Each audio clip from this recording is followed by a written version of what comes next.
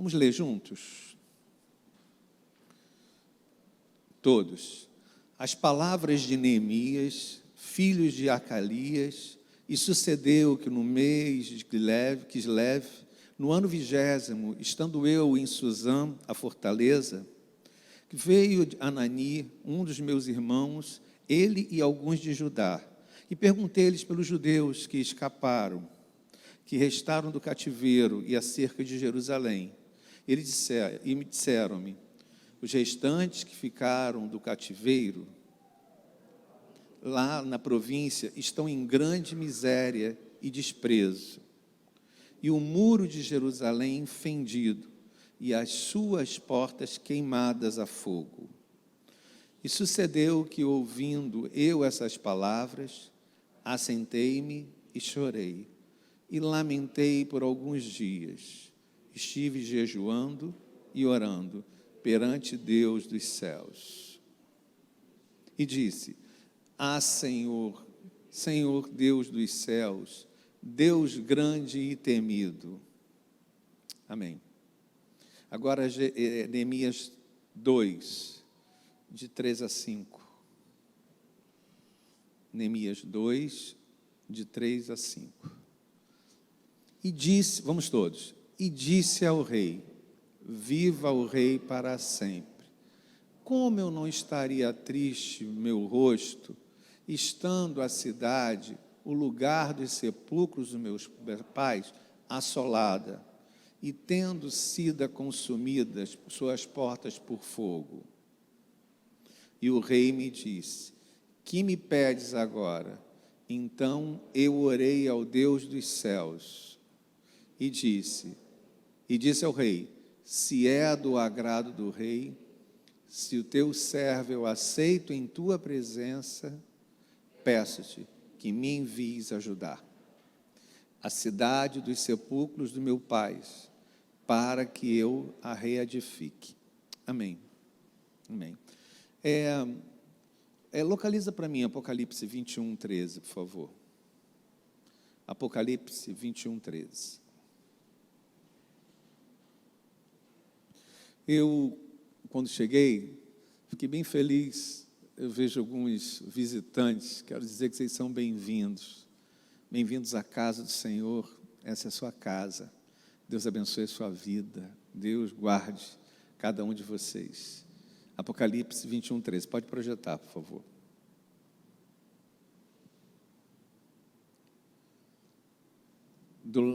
É isso mesmo? Vai à frente, por favor. À frente.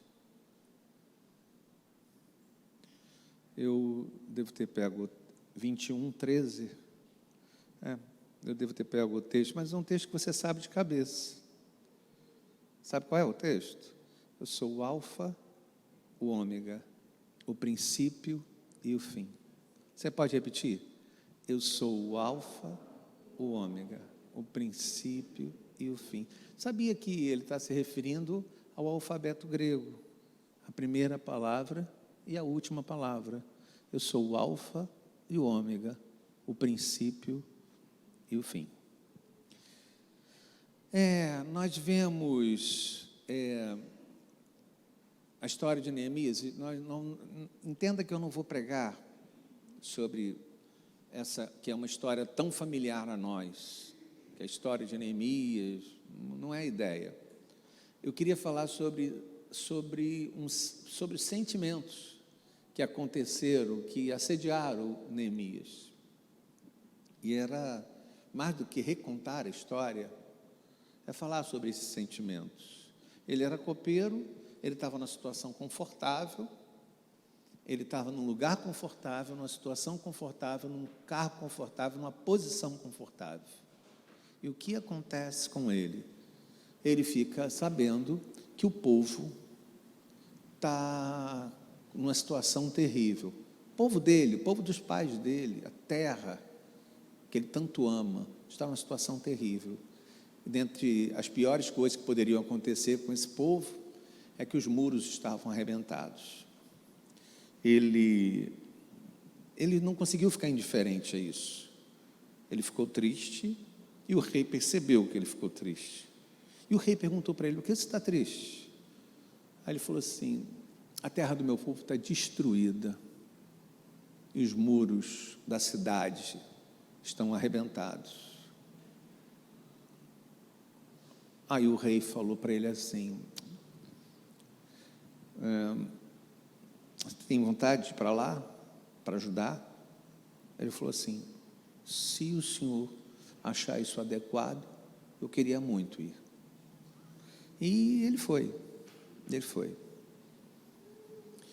Quero dizer algumas coisas para a sua vida nessa noite.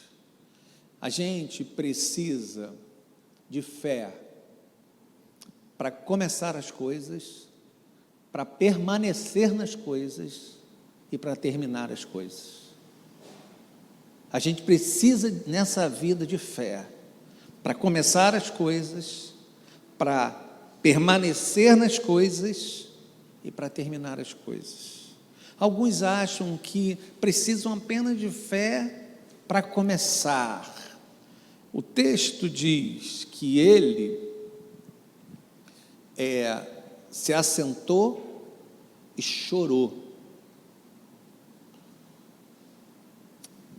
Às vezes, chorar não basta. Às vezes, a gente se assentar e chorar, eu quero dizer para você que chorar, sentar, chorar é bom, mas isso não basta. O texto vai dizer que ele se coloca em oração, que ele se coloca em jejum. Primeiro recado para você, minha irmã. Primeiro recado que eu quero deixar para você, meu irmão: sentar e chorar não basta. A gente tem que, de alguma maneira, levar a nossa alma, apresentar diante do Senhor a nossa oração, entendendo que há um chamado que antecede a nossa existência. Há um chamado que antecede a nossa existência, um chamado que aconteceu antes de nós. Há algo absolutamente maravilhoso de que aconteceu e fez com que a nossa história tivesse sido colocada dentro disso. E Neemias entendeu que essa coisa maravilhosa que aconteceu na vida dele era justamente esse chamado de um copeiro, de um homem que serve à mesa para reconstruir um muro, tudo que ele não nasceu para fazer. Mas ele entende que sentar e chorar não basta. Sentar e chorar pelo seu casamento não basta. Sentar e chorar pela vida do seu filho não basta. Sentar e chorar não basta. Chorar, irmãos, faz bem para a gente, mas às vezes chorar só faz bem para a gente, não faz bem para mais nada. Então, o texto diz: eu me assentei e chorei, eu orei, e eu me apresentei diante do rei, e eu fui fazer o que era para ser feito. Irmãos, Deus não pode ser apenas o primeiro na nossa cabeça. Deus não deve ser apenas o primeiro, mas Ele deve ir à frente. Porque às vezes nós trazemos Deus para as nossas coisas depois que as coisas quebram. Nós trazemos Deus para nossas coisas depois que o caldo entorna. Deus deve ser não só o primeiro, mas Deus deve ir à frente. A nossa oração, o pedido, toda a nossa idealização deve ter Deus à frente. Essa fé que toma lugar de antecipação. Porque quando você ocupa esse lugar de antecipação, isso é ansiedade. Quando é você que tenta se antecipar as coisas, estar adiante das coisas, estar à frente das coisas, o nome disso é ansiedade. Mas a gente precisa, assim, de nutrir dentro de nós uma fé que seja uma fé de governo, porque tudo aquilo que realmente a gente antecipa, governa. Às vezes, a gente se antecipa às coisas, porque no fundo a gente quer governar as coisas, mas que seja Deus a governar a nossa vida. Então, eu não vou convidar a Deus para as minhas coisas quando o caldo entorna. Eu não vou chamar Deus para a minha vida quando o caldo vira, quando o copo vira, quando a água entorna. Saber que Deus é primeiro não é a mesma coisa de colocar Deus à frente. Saber que Deus é o primeiro não é a mesma coisa de dar esse lugar a Ele na minha vida. Então, eu queria falar sobre esses 3 processos: começar, permanecer e terminar. Começar não tem a ver com animação. Que a gente acha, que o que falta para você começar, o que falta realmente para você, animação, falta ânimo. Não, porque quem começa e vai mais rápido, às vezes vai na direção do muro, de se bater contra o muro, porque foi rápido, foi animado. Começar, irmãos, tem a ver exatamente com companhia e direção, porque a gente entende que o que nos impede de decolar é justamente a nossa falta de ânimo. Não é. O que faz a vida ser melhor é justamente essa falta de noção que a gente precisa de companhia e direção. Porque a pior coisa que tem é um tolo motivado. A pior coisa que tem é um tolo motivado. Há uma diferença, irmãos, entre saber de Deus e tratar Deus. Há uma diferença entre saber que Deus está no começo e tratar como se realmente Ele estivesse no começo. O que acontece com Neemias é que ele não só sabe que Deus está no começo das coisas, que Ele é o alfa, que Ele é o ômega, que Ele está no começo, que Ele está no meio, que Ele está no fim das coisas. Ele não só sabe como Ele trata Deus. Então, o recado que eu quero deixar para você é esse: há uma diferença entre saber e tratar. Há uma grande diferença. O que faz a gente não ter sucesso nas coisas que a gente bota a mão? A gente não saber começar. O que faz a gente não conseguir alcançar aquilo que a gente tanto sonha? A gente não saber começar. A gente não saber dar os primeiros passos.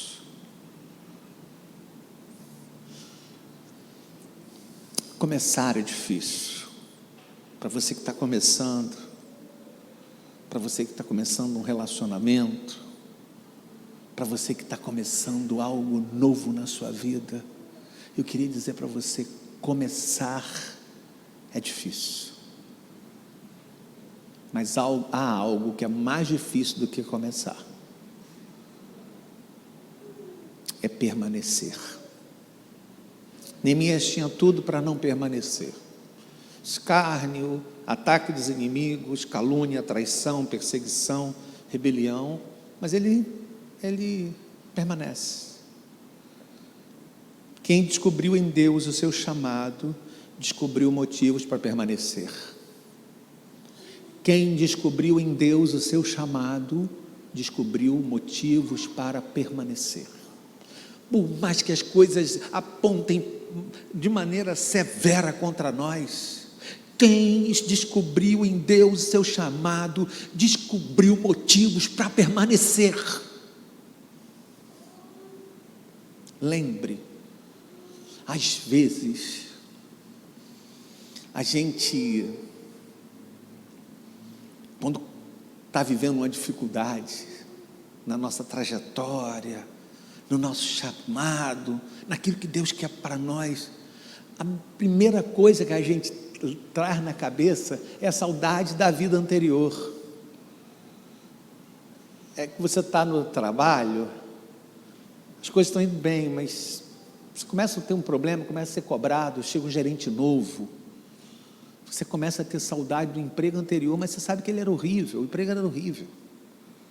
O povo está caminhando no deserto para a liberdade, mas o povo começa a sentir saudade da vida anterior. Por isso que você sente saudade do seu ex. Ai, que saudade do meu ex. Por isso que você sente saudade do seu ex. Porque no fundo acontece um troço tão esquisito na cabeça de quem passa dificuldade, é que a gente passa por uma amnésia seletiva. A gente só lembra das coisas que prestam. Você começa a sentir saudade da outra igreja, você começa a sentir saudade do outro trabalho, você começa a sentir saudade do seu ex. Na verdade, o seu ex foi uma tragédia. Irmãos,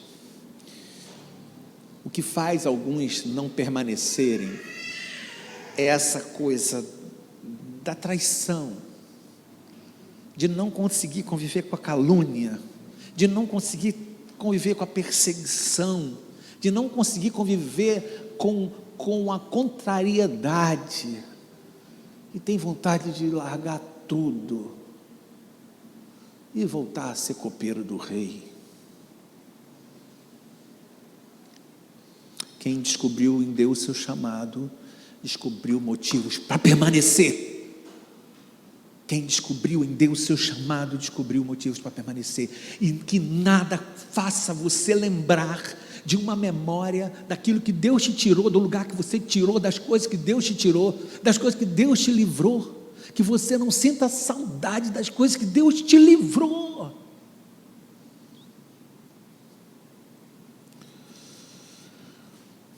Permanecer tem a ver com crer, tem a ver com confiar e tem a ver com descansar. Permanecer tem a ver com crer, com confiar e com descansar. Eu permaneço porque eu creio, eu permaneço porque eu confio, eu permaneço porque eu descanso. Eu preciso de fé. É preciso de fé para a gente permanecer junto com a mulher que Deus separou para a gente.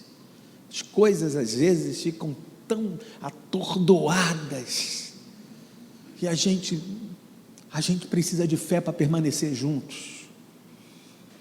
A gente precisa de fé para permanecer junto na igreja. A gente precisa de fé para permanecer junto no relacionamento, no casamento. A gente precisa de fé.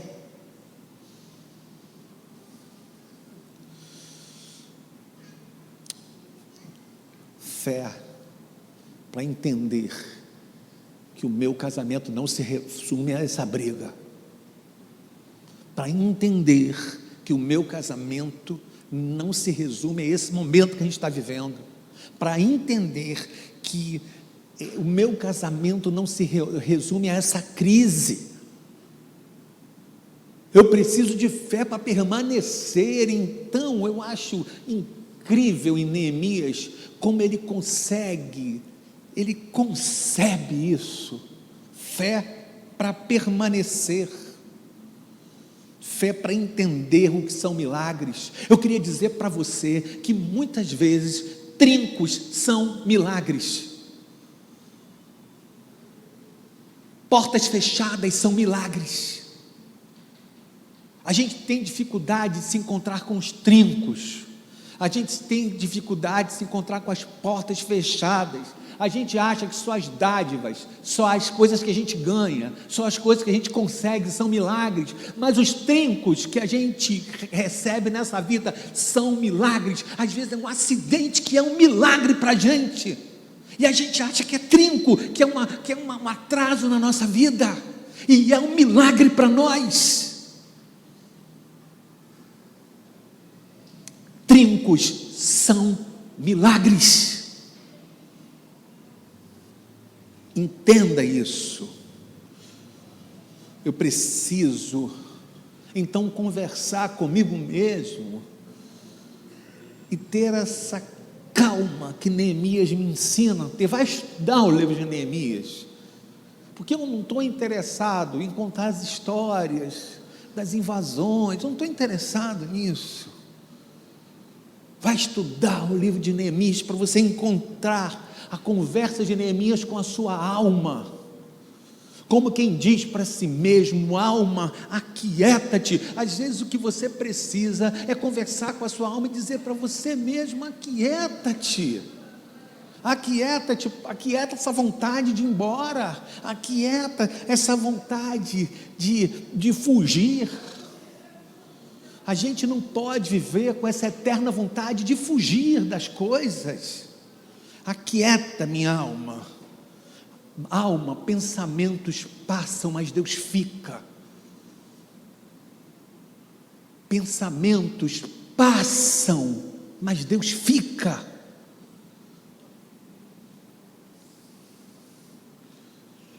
Existem coisas que se levantaram na vida de Neemias para colocá-lo em dúvida se ele deveria permanecer ou não. Existem coisas que se levantam na sua vida para colocar em dúvida se você deve permanecer ou não. Eu estou me sentindo incapaz.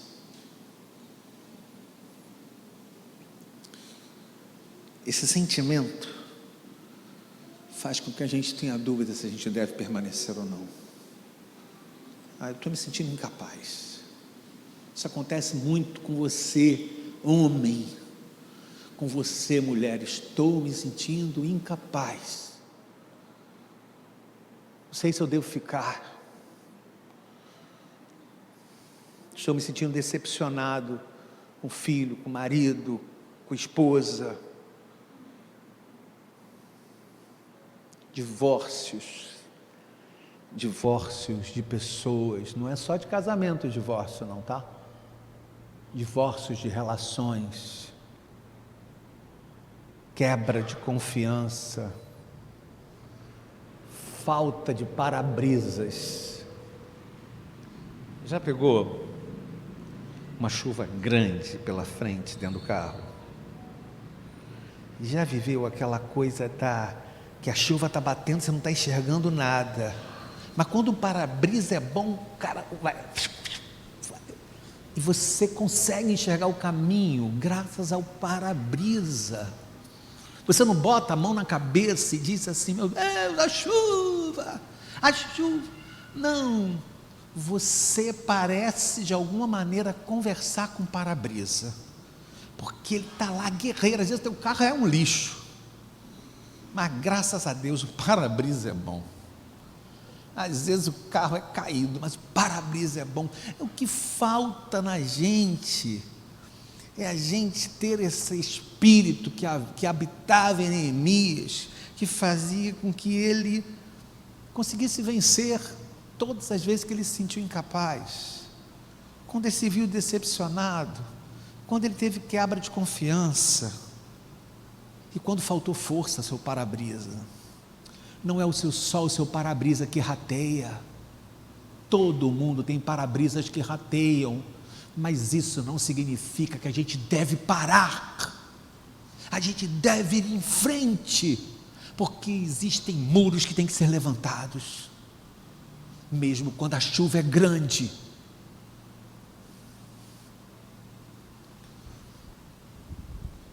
Força para começar, força para continuar, e por fim, força para terminar. Pense agora no finalmente. A gente não escolheu onde a gente ia nascer, não escolheu os pais, a gente não escolheu nossos irmãos, a gente não escolheu, mas a gente pode escolher como a gente termina as coisas, como a gente sai das coisas, como a gente sai dos relacionamentos, como a gente termina um relacionamento. A gente precisa saber como terminar. Se eu já fiz você refletir, sobre o desafio de como começar uma coisa, e o desafio de permanecer na coisa. Eu quero te fazer refletir agora sobre como começar, como terminar as coisas. Falei sobre começar, permanecer e terminar. Para eu ser mais didático, vou fugir um pouco para abrir um hiperlink aqui, uma caixa de texto aqui, ó, aqui em cima, e vou falar da morte de Jesus Cristo. 4 pessoas morreram naquele dia. 4 pessoas morreram naquele dia. Talvez tenham muitas outras, mas o texto relata 4 pessoas morrendo. Jesus, o chamado bom ladrão, um mau ladrão e Judas. Todo mundo morreu naquele dia. Jesus, o bom ladrão, o mau ladrão e Judas. Jesus começou bem e terminou bem.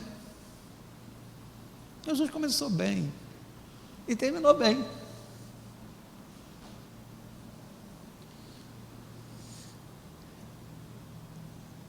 O bom ladrão começou mal e terminou bem. Concorda? Conversando com Jesus. Lembra-te de mim quando entrar no teu reino.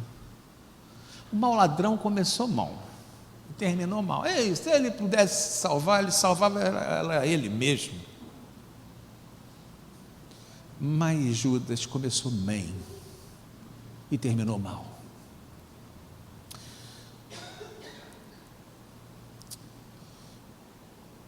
Você não escolhe como você começa, mas você escolhe como você termina as coisas.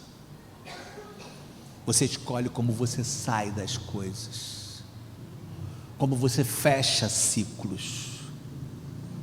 Neemias começou bem e terminou bem, mas Neemias começa um bem anônimo, só diz a sua própria vida pessoal. E terminou bem. Importa muito como as coisas terminam. O que você está fazendo com a sua vida? O que você está fazendo com a sua vida? Vamos para a conclusão?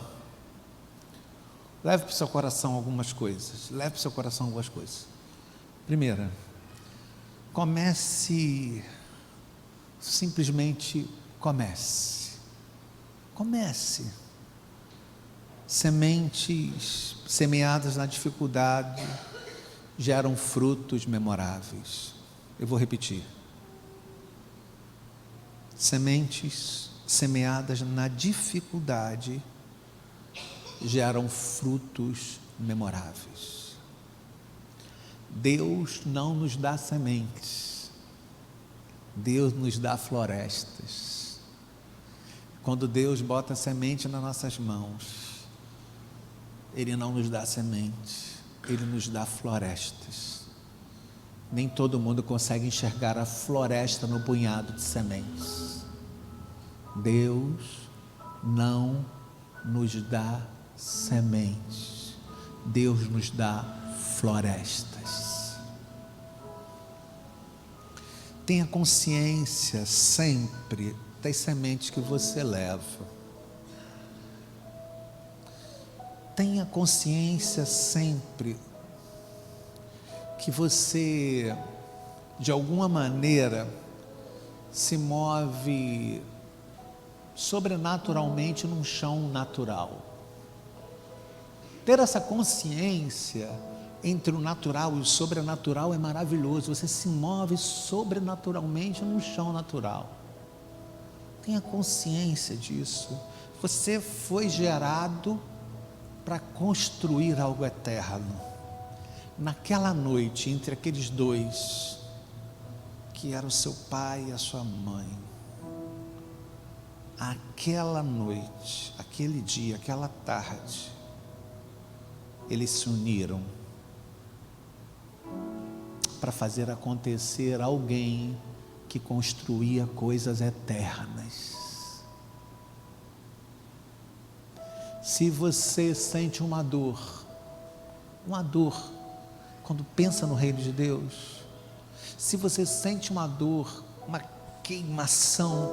Quando você pensa no reino de Deus, o nome disso não é dor, o nome disso é ministério. O nome disso não é dor. Por isso que Neemias é invadido pelaquele troço, pelaquela dor. Ele se confunde, ele acha que é dor, ele começa a chorar, ele senta, mas aquilo não era dor, aquilo tinha outro nome, aquilo era ministério. Nós pedimos ministérios, Deus nos dá sementes. Nós pedimos família, Deus nos dá sementes. Nós pedimos um construtor de muros, Deus nos dá um copeiro para construir os muros. Deus faz essas coisas. Então, preste atenção, nada começa elevado, grandioso e belo. As coisas se tornam elevadas, grandiosas e belas.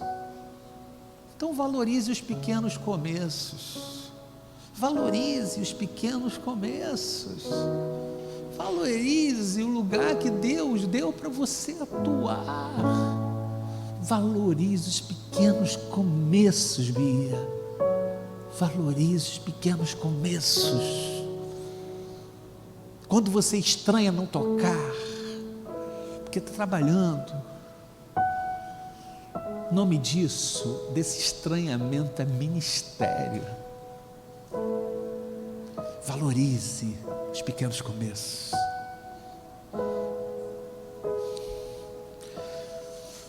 Havia um saxofonista.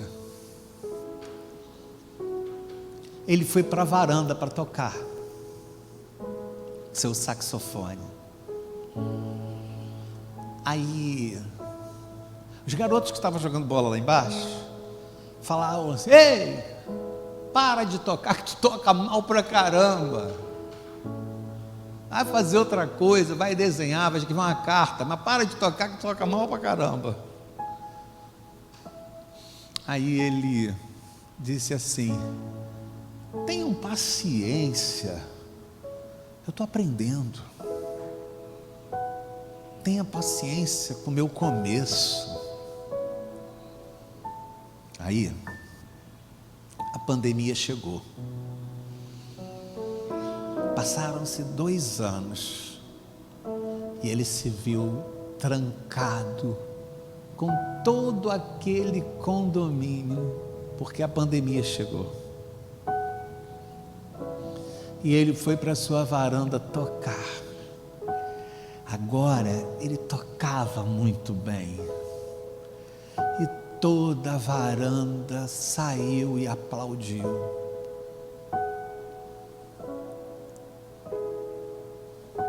Sabe o que Neemias aprendeu? A ter paciência com os pequenos começos daqueles que se juntaram a ele para levantar um muro, porque antes de ser muro, aquilo foi pedra solitária vira muro. Então Neemias respeitou os pequenos começos. Então respeite os pequenos começos. Respeite os pequenos começos das pessoas.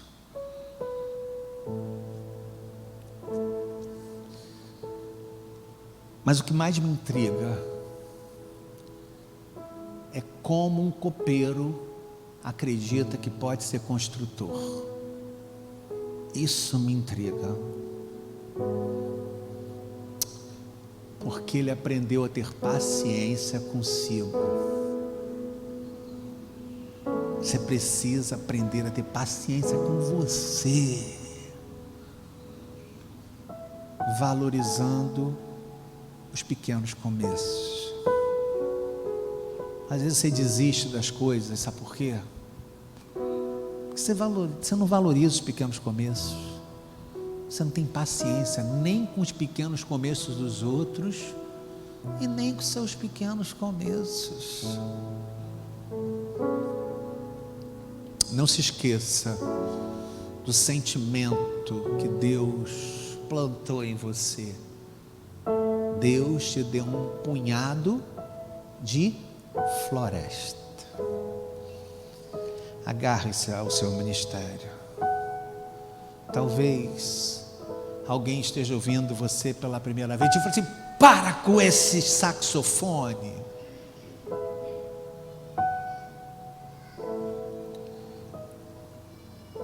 Talvez alguém te ouça pela primeira vez falar de Jesus Cristo, do que Jesus Cristo causa na vida de alguém, da mudança da vida a partir de Jesus Cristo, do sangue de Jesus Cristo, da conversão, da metanoia.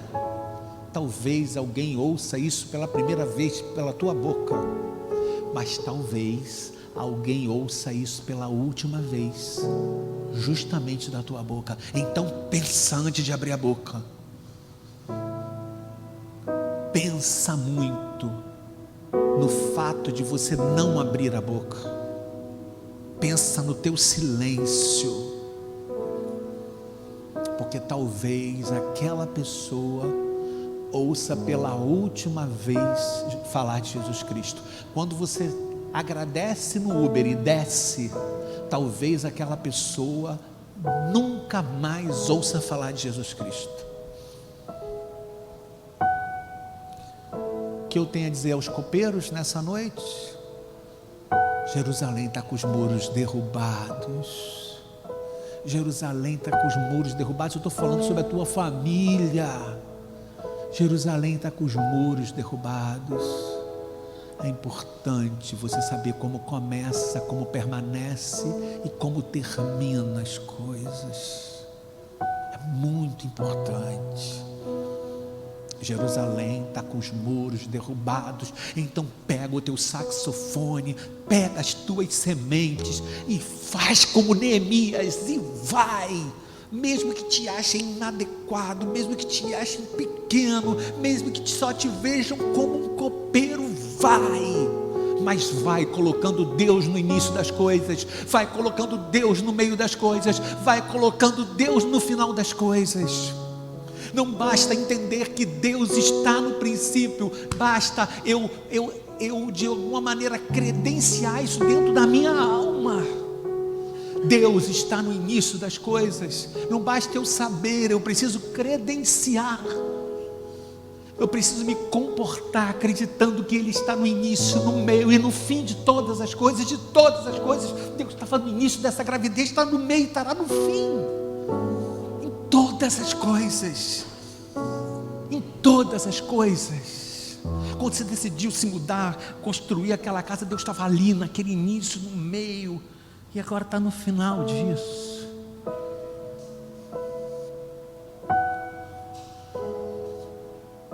Ter a alma de Neemias é entender que Deus está no início e no fim. Ele é o quê? O alfa e o ômega. É isso que Ele é. Você crê nisso? Você crê nisso? Então na hora que Ele abriu aquela porta e te derrubou da moto, Deus estava ali. Deus estava ali. Quando seu pé foi partido, Deus estava ali, no início, no meio e no fim das coisas. Deus estava ali. Eu estou falando com o Igor lá atrás. O Igor sofreu um acidente horroroso. Um cara abriu, um Zé Ruela abriu a porta, acabou, derrubou ele, derrubou moto. O pé dele teve um corte gigantesco. Disseram para ele que ele nem ia voltar a trabalhar mais, que ele não ia poder exercer a profissão dele. Quando essas coisas acontecem, a gente não consegue imaginar que Deus estava nisso.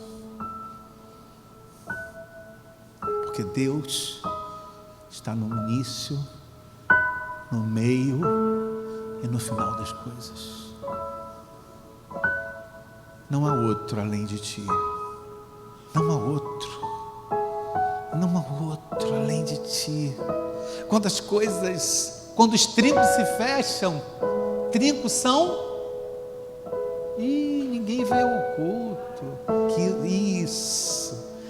Trincos são milagres. É que você acha que trincos só são presentes.